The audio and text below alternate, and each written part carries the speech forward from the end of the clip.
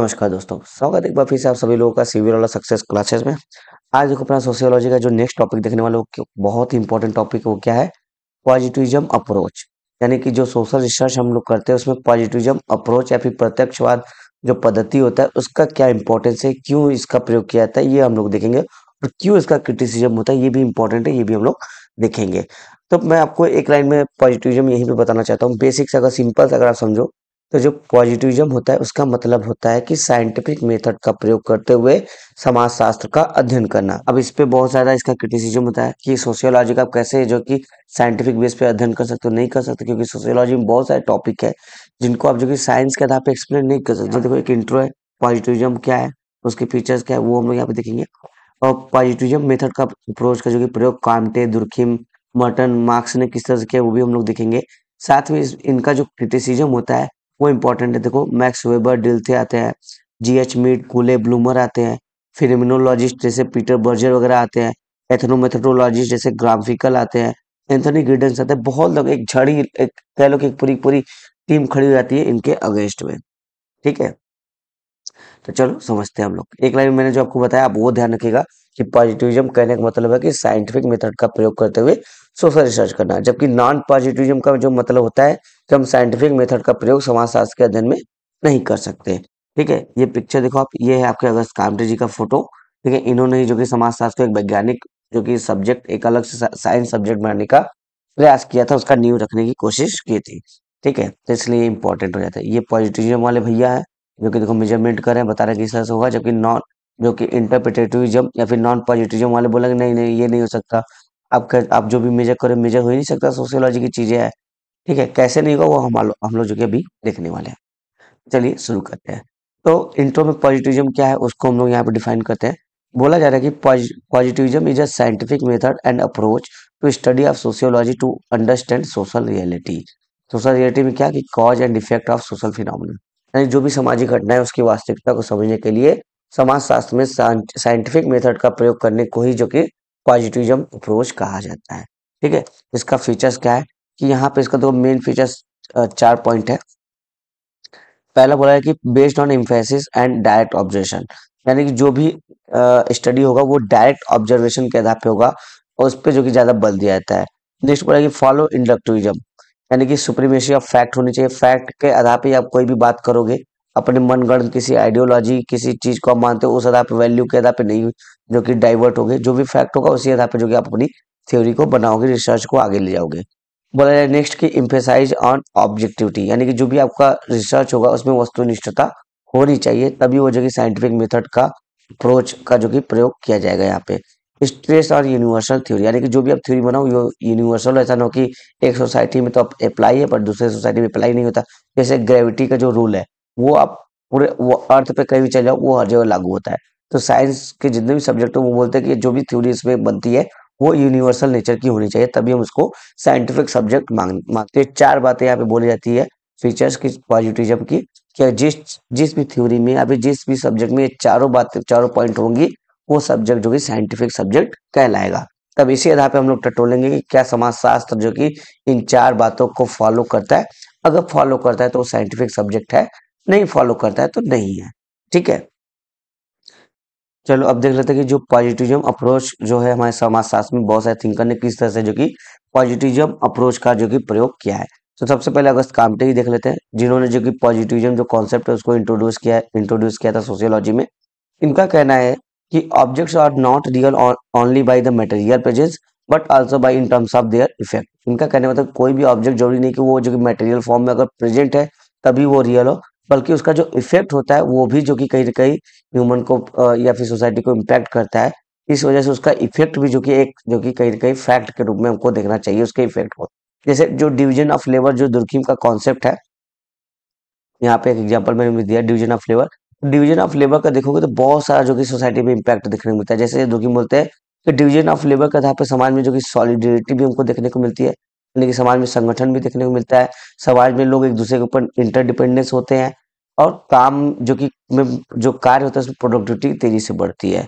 ठीक है, तो ये कई सारे पहलू हैं जिससे समाज आपस में इंटरडिपेंडेंट हो जाता है और समाज में एकता भी होती है। तो इसका जो इम्पैक्ट है इफेक्ट है वो काफी दूर तक है।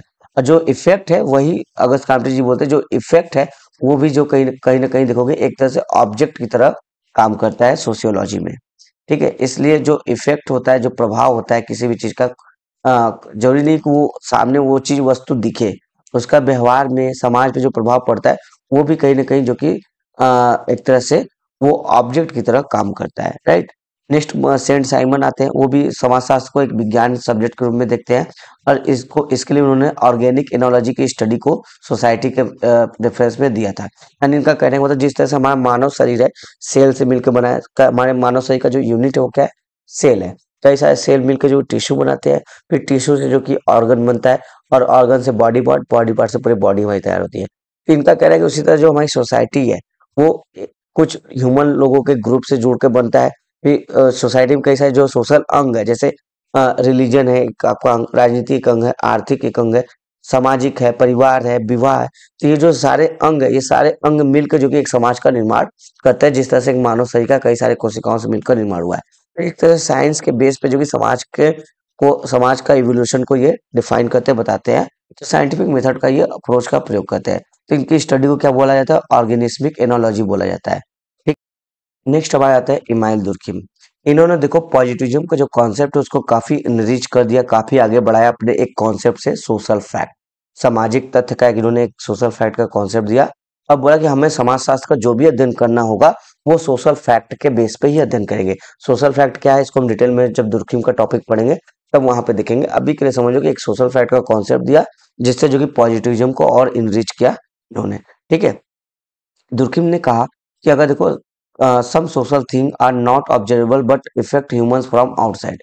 इनका कहने का मतलब कि बहुत सारे सोशल चीजें हैं जो ह्यूमन को जो कि सामने से ऑब्जर्व नहीं कर सकता, लेकिन उसका इफेक्ट ह्यूमन पे उसके बाहर से पड़ता है, यानी उसके ह्यूमन के कंट्रोल में नहीं है। जैसे डिवीजन ऑफ लेबर, उसका एग्जांपल हमने जब कामटे का कर रहे थे तभी देखा था कि डिवीजन ऑफ लेबर के बहुत सारे इम्पैक्ट सोसाइटल इम्पैक्ट है, वो हमने देखा था। समाज में एकता या फिर विचलन का कारण भी डिवीजन ऑफ लेबर हो सकता है। समाज में जो कि लोगों की इंटरडिपेंडेंसी, वर्क प्रोग्रेस और लोगों की आजीविका में इम्प्रूवमेंट, ये सारी चीजें जो कि डिवीजन ऑफ लेबर के कई सारे इफेक्ट है। तो इसे जो कि ह्यूमन के बस की बात नहीं है, किसी ह्यूमन द्वारा ये नहीं लेकर आया जाता है, इसे सोसाइटी खुद जन्म देती है अपनी सोसाइटी मतलब सोशल व्यवस्था को मेंटेन करने के लिए। तो सोशल फैक्ट जब हम पढ़ेंगे डिटेल में कभी तब उसके बाद डिटेल में चर्चा करेंगे। अभी के लिए समझो कि इमानुएल दुर्खिम ने एक सोशल फैक्ट का कॉन्सेप्ट दिया है जो कि पॉजिटिविज्म को एनरिच और करता है, राइट। नेक्स्ट देखो आर के मर्टन आते हैं। आर के मर्टन देखो पॉजिटिविज्म का जो कि प्रयोग करते हुए रेफरेंस ग्रुप बिहेवियर का स्टडी करते हैं अमेरिकन सोसाइटी में, जिसे जिसके लिए वो रिलेटिव डेप्रिवेशन का एक कॉन्सेप्ट देते हैं। जो इनका रिलेटिव डेप्रिवेशन का जो कॉन्सेप्ट है ये वाला, ये जो कॉन्सेप्ट है इसके लिए इन्होंने देखो साइंटिफिक मेथड का यानी पॉजिटिविज्म का जो कि प्रयोग किया था। अब इन्होंने इसमें क्या बताया था, इन्होंने सिंपल से एक अमेरिकन सोसाइटी की जब स्टडी करते 1957 में, इनकी एक स्टडी है social theory and social structure करके, उसमें ये कॉन्सेप्ट दिया था। तो वहां पे ये बताते हैं जो अमेरिकन सोल्जर होते हैं, जो एक नॉर्मल सोल्जर होते हैं जो मिलिट्री में आते हैं, और एक और सोल्जर का ग्रुप था जो कि पुलिस मिलिट्री कहलाता था। तो जो पुलिस मिलिट्री वाले सोल्जर होते थे इनमें देखो जो कि प्रमोशन के चांसेस कम होते थे, जबकि जो नॉर्मल रिक्रूट होके आते थे मिलिट्री पर्पज से आते थे इनके जो कि मोबिलिटी ज्यादा होती थी, यानी कि इनके जो कि प्रमोशन के चांसेस ज्यादा होते थे, जबकि पुलिस मिलिट्री वाले जो सोल्जर होते थे इनकी जो कि प्रमोशन के चांसेस कम होते थे। कुछ सोशल मोबिलिटी को लेके ये कॉन्सेप्ट था इनका रिलेटिव डिप्रीवेशन वाला। जब मर्टन पढ़ेंगे तो हम इसको डेफिनेटली आगे और डिटेल में देखेंगे। अभी के लिए समझिए कि जो रिलेटिव डिप्रीवेशन का इन्होंने कॉन्सेप्ट दिया है उसमें इन्होंने जो कि पॉजिटिविज्म का प्रयोग किया है मर्टन जी ने। ठीक है, अब आगे देखो कार्ल मार्क्स आते हैं।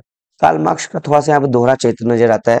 जैसे यहाँ पे बताया जाता है जो कार्ल मार्क्स का अप्रोच होता है ना कैपिटलिज्म सोसाइटी को एक्सपोज करने में, कि किस तरह से ये जो कैपिटलिस्ट सोसाइटी है सर्वहारा वर्ग का जो कि शोषण करता है, जो निचला तबका होता है सोसाइटी का उसका शोषण करता है। ये जो इन्होंने कॉन्सेप्ट बताया था यहाँ पे तो इन्होंने देखो पॉजिटिविज्म अप्रोच का काफी अच्छे से जो कि प्रयोग किया था। लेकिन इसके बाद जो बोलते हैं कि ये जो कैपिटलिज्म सोसाइटी एक दिन तबाह हो जाएगी, खत्म हो जाएगी, और एक जो कि रिवोल्यूशन होगा लोअर सेक्शन द्वारा, तो ये जो अप्रोच इन्होंने बताया था उसके बाद जो कि ये इनका जो कि रोमांटिक आइडियलिस्टिक और जो कि रूप में हम केवल देखने को मिलता है, ये जो कि साइंटिफिक बेस पे नहीं नजर आता है। ठीक है, यानी कि इनकी ऐसी कुछ कल्पना है, वो कल्पनाएं ही केवल नजर आती है, वो जो कल्पना है वो साइंटिफिक बेस पे नहीं है, केवल इनके अपने विचार है कि इस तरह की क्रांति होगी और समाज जो कि कैपिटल सोसाइटी खत्म हो जाएगा। लेकिन आज देखो तब से लेकर अभी तक कैपिटल सोसाइटी तो काफी ज्यादा चल रहा है, बल्कि इवन देखोगे जो आपका साम्यवादी समाज था, कम्युनिज्म, वो सोसाइटी कहीं ना कहीं धीरे धीरे खत्म हो रही है, कम हो रही है। राइट, तो इसलिए बोला जाता है जो कार्ल मार्क्स का जो अप्रोच है ना, वो जब कैपिटलिज्म सोसाइटी को एक्सपोज करते हैं तब तो वो साइंटिफिक मेथड की तरह प्रयोग करते हैं, लेकिन जब उसके कॉन्सिक्वेंस को बताते हैं या फिर परिणाम को बताते हैं तो कहीं ना कहीं अपने वैल्यू पे थोड़ा सा वो हो जाते हैं मॉडिफाई। तो इसको रोमांटिक आइडियलिस्टिक जो कि केवल इसको बताया था, यानी ये साइंटिफिक मेथड पे नहीं है, केवल अपनी विचार है जो भावनाओं में ये बह के उसको बोलते हैं। ठीक है, तो इस तरह से जो कि कार्ल मार्क्स का भी इन्होंने जो कि पॉजिटिविज्म का प्रयोग करते हैं। नेक्स्ट हम क्रिटिसिज्म देखते हैं, काफी इंपॉर्टेंट है। पॉजिटिविज्म का काफी ज्यादा क्रिटिसिज्म होता है। जैसे, एक मिनट पेन चेंज कर लेते हैं। जैसे यहाँ पे देखो मैक्स वेबर और डिल्थे आते हैं, ठीक है, ये इंटरप्रेटिव स्कूल के लोग हैं। ये क्या बोलते हैं कि समाज शास्त्र में जो कि साइंटिफिक मेथड का प्रयोग किया ही नहीं जा सकता। क्यों? क्योंकि जो ह्यूमन बिहेवियर है वो चेंजेबल है, वो अपने फायदे के अनुसार हमेशा बदल लेता है। जब ह्यूमन बिहेवियर चेंजेबल होगा तो कोई भी सामाजिक घटना तो ह्यूमन ही कर रहा है ना, ह्यूमन के इर्द गिर्द हो रहा है। जब ह्यूमन बिहेवियर जो कि चेंजेबल है आपका, तो आप कैसे किसी भी सामाजिक घटना का एक यूनिवर्सल लॉ लेकर आ सकते हैं, उसमें एक साइंटिफिक मेथड का प्रयोग कर सकते हैं, फैक्ट के आधार पर बात कर सकते, नहीं कर सकते, क्योंकि जो बिहेवियर वो तो चेंजेबल है। तो जो इंटरप्रेटेटिव स्कूल है यानी वेबर, डिल्थे वगैरह, ये बोलते हैं कि नेचुरल साइंस का इसमें प्रयोग नहीं किया जा सकता। ठीक है, इसके अगेंस्ट में बोलते हैं। यहाँ पे बोला जाता है कि sociology should concern with subjective understanding of objective reality. इनका कहने का मतलब जो समाज शास्त्र का अध्ययन है उसको शुड भी, उसको जो कि हमको सब्जेक्टिव अंडरस्टैंडिंग के हिसाब से, यानी कि व्यक्ति का जो व्यवहार है उस आधार पर समझना चाहिए, ना कि साइंटिफिक मेथड को प्रयोग करते हुए ऑब्जेक्टिव रियलिटी को देखना चाहिए। नहीं, हमको जो जो कि रियलिटी को अगर देखना है तो मानव व्यवहार को समझते हुए उसके रियलिटी को समझना होगा, ना कि साइंटिफिक मेथड को प्रयोग करते हुए। ठीक है, तो ये इनका कहना है। नेक्स्ट इंटरेक्शनिस्ट आपके जीएच मीट जी आते हैं, कूले आते हैं, ब्लूमर आते हैं।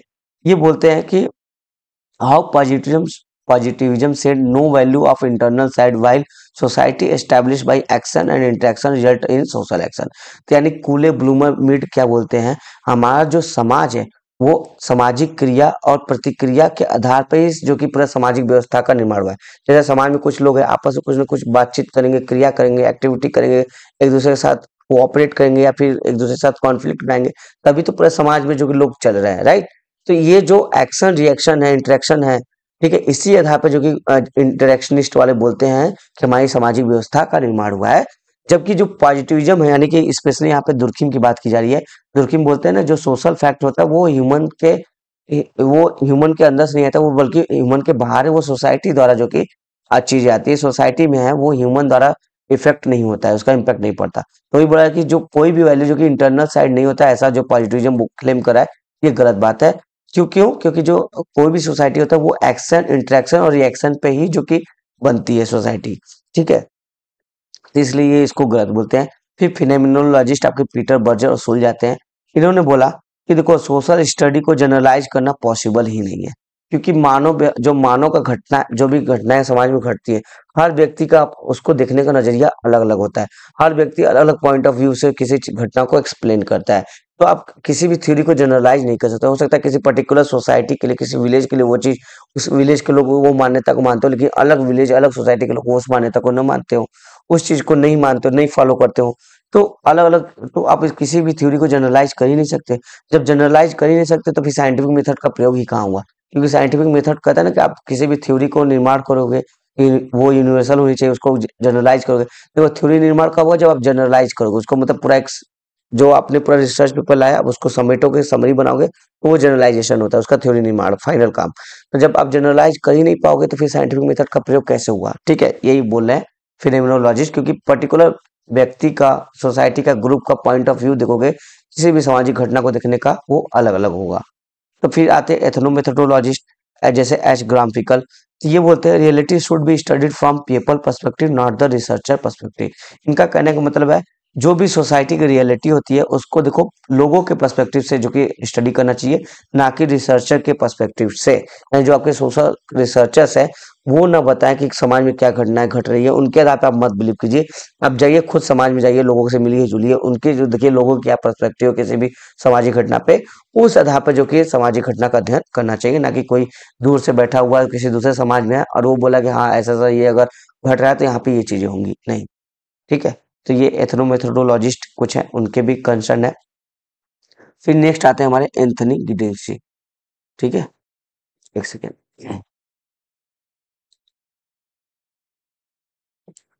देखो एंथनी गिडिंग्स क्या बोलते हैं। Anthony Giddings said in critics of positivism, nature and society are two different things.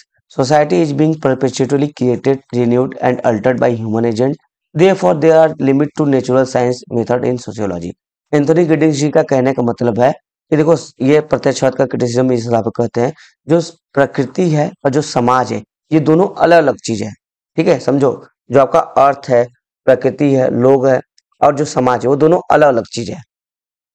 तो इनका कहने का मतलब जो समाज है वो मानव के द्वारा, जो ह्यूमन है उनके व्यवहार द्वारा जो कि उसको बनाया गया है, रिन्यू किया गया है, उसको अल्टर किया गया है। जैसे कई बार देखो, कोई सोसाइटी होती है, वहां पे क्रांति होती है, फिर वहां के व्यवस्था में परिवर्तन आता है, फिर और सोसाइटी में और डेवलप होता है, तो वहां पे चेंजेबल होते रहते हैं उस सोसाइटी में। ठीक है, तो वो जिस सोसाइटी में लगातार चेंजेबल हो रहा है, तो वहां पे आप कैसे कोई यूनिवर्सल थ्योरी बना सकते हो? नहीं बना सकते। अब देखो, जो नेचर की चीज है जैसे ग्रेविटी, ठीक है, ये अलग चीज है और सोसाइटी अलग चीज है। तो आप ग्रेविटी को सोसाइटी के साथ एक जैसा नहीं देख सकते, क्योंकि देखो, जो नेचुरल चीज है वो तो पूरे सोसाइटी में किसी भी जगह रहोगे वो अप्लाई होगी। लेकिन जो सोसाइटी है वो ह्यूमन द्वारा जो कि उसको अल्टरनेट किया जा रहा है, उसको बदला जा रहा है, उसमें फेर बदल किया जा रहा है, उसमें और कुछ रूढ़ी परंपराएं को हटा के नई व्यवस्थाएं लाई जा रही है, तो बार बार उसको कुछ ना कुछ अल्टर अल्टर किया जाए, उसमें बार बार चेंजेबल लाया जा रहा है। तो एंथनी गिडिंग्स जी वही कहते हैं, जब इतने ज्यादा परिवर्तन समाज में हो रहे हैं, तो आप कैसे उसमें जो कि एक जनरलाइज थ्योरी बना सकते हो, कोई ऐसे साइंटिफिक मेथड का प्रयोग कर सकते हो? नहीं कर सकते। हाँ, अगर नेचुरल पूरा अगर करना होगा तो आप वहां पे कर सकते हैं नेचुरल साइंस का प्रयोग। जैसे ग्रेविटी का स्टडी है, तो किसी भी समाज में करोगे तो वहां ग्रेविटी आपको देखने को मिलेगी। लेकिन अब किसी भी समाज में देखो, हो सकता है कि जैसे कि किसी भी समाज में कोई प्रथा फॉलो की जाती हो, जो कि दूसरे समाज में प्रथा नहीं होगी, ऐसी कोई नहीं फॉलो की जाती होगी। राइट, तो वही बात है। ठीक है, तो काफी अच्छे से इन्होंने एक्सप्लेन किया है कि society and nature they are two different thing. और सोसाइटी जो कि परपेचुअली क्रिएटेड, रिन्यूड, अल्टर्ड की जा सकती है मानव द्वारा, जबकि नेचुरल साइंस जो कि और जब ये चीजें बदल जाती है, तो यहाँ पे नेचुरल साइंस मेथड का प्रयोग नहीं किया जा सकता। ये कुछ क्रिटिसिज्म हमने देख लिया पॉजिटिविज्म के, काफी अच्छे अच्छे थे, इनको आप याद रखिएगा। अब कंक्लूजन पे आता है। तो कंक्लूजन में देखो, आर के मर्टन साहब आते हैं, ये बोलते हैं, we should to using middle range theory rather than over emphasize on universal theory because of lack of data। R K Merton बोलते हैं कि हमको देखो मिडिल रेंज थ्योरी का प्रयोग करना चाहिए, बजाय कि एक यूनिवर्सल थ्योरी बनाने के लिए समाजशास्त्र में। क्योंकि हमारे पास अभी देखो, समाजशास्त्र एक नया सब्जेक्ट है, अभी 150 साल 170 साल पुराना है। बहुत पुराना तो है नहीं, हजारों साल पुराना सब्जेक्ट है, अभी 500 साल पुराना सब्जेक्ट नहीं है। अब इतना पुराना नहीं है, तो इसमें जो कि रिसर्च वगैरह, स्टडी वगैरह कम हुआ है, डेटा फैक्ट कम है हमारे पास। इसलिए ये बोलते हैं इनका मिडिल रेंज थ्योरी करने का मतलब कि मान के चलो, ये पूरा अर्थ है, यहाँ पे अगर मैं सोसाइटी को ऐसे 7-8 भाग में बांट दूं, मान लो एक सोसाइटी ये ए है, बी सी डी, और ये सोसाइटी 1 2 3 4 है। तो इनका कहने का मतलब मिडिल रेंज थ्योरी का, आप अगर इस सोसाइटी में कुछ घटना घटी यहाँ पे अध्ययन कर रहे हो, तो यहाँ पे जो चीजें आपको फैक्ट वगैरह वगैरह मिले, जो डेटा मिल रहा है, इसी आधार पे जो कि यहाँ पे एक थ्योरी बनाओ, और जो ये थ्योरी जो होगी वो केवल इसी सोसाइटी के लिए एप्लीकेबल होनी चाहिए, ऐसा आप थ्योरी बनाओ। ऐसा ना कोई आप इस तरह कोशिश मत करो मैं एक थ्योरी बनाऊं जो पूरे सभी सोसाइटी पे एप्लीकेबल है, ऐसा नहीं। क्योंकि आपके पास उतना डेटा है ही नहीं। ठीक है, तो ये बोले अलग अलग सोसाइटी में जो भी घटनाएं घट रही हैं, जो भी चीजें चल रही हैं, उनके संदर्भ में आप वहीं से डेटा उठाओ, फैक्ट उठाओ, उसी आधार पर जो कि वहाँ पे थ्योरी का निर्माण करो, और उसी पर्टिकुलर सोसाइटी के लिए वो जो कि थ्योरी को आप देखो। तब तो आप जो कि सोसाइटी में एक अच्छा सोशियोलॉजी रिसर्च कर पाओगे, जिससे आपको सोशल रियलिटी का पता चलेगा। ठीक है, तो ये काफी अच्छा है। तो यहाँ पे बोला जाए कि कंक्लूजन में ही, however positivism enrich the discipline of sociology, it has given multiple voice within the discipline। यानी करेंगे मतलब लास्ट में आप इस तरह से खत्म कर सकते हो कि अगर देखोगे, जो भले ही इतना क्रिटिसिज्म हो रहा है पॉजिटिविज्म का सोशियोलॉजी में, लेकिन कहीं ना कहीं पॉजिटिविज्म ने देखो सोशियोलॉजी में एक डिसिप्लिन लेकर आया है। यानी कि किस तरह से सोशल रिसर्च करते वक्त हमें अपने वैल्यू से बायस नहीं होना चाहिए, अपने आइडियोलॉजी से बायस नहीं होना चाहिए, किसी पर्टिकुलर रिलीजन से बायस नहीं होना चाहिए। जो भी चीजें फैक्ट है उसी के आधार पर अध्ययन करना चाहिए। तो एक डिसिप्लिन लेकर आता है सोशल रिसर्च में आपका पॉजिटिविज्म। तो इस तरह से जो कि आप कंक्लूजन वगैरह भी कर सकते हैं। राइट, तो ये रहा आज का हमारा क्लास पॉजिटिविज्म पे। उम्मीद आपको पसंद आया होगा। चलिए मिलेंगे अगले क्लास में, तब तक के लिए धन्यवाद दोस्तों।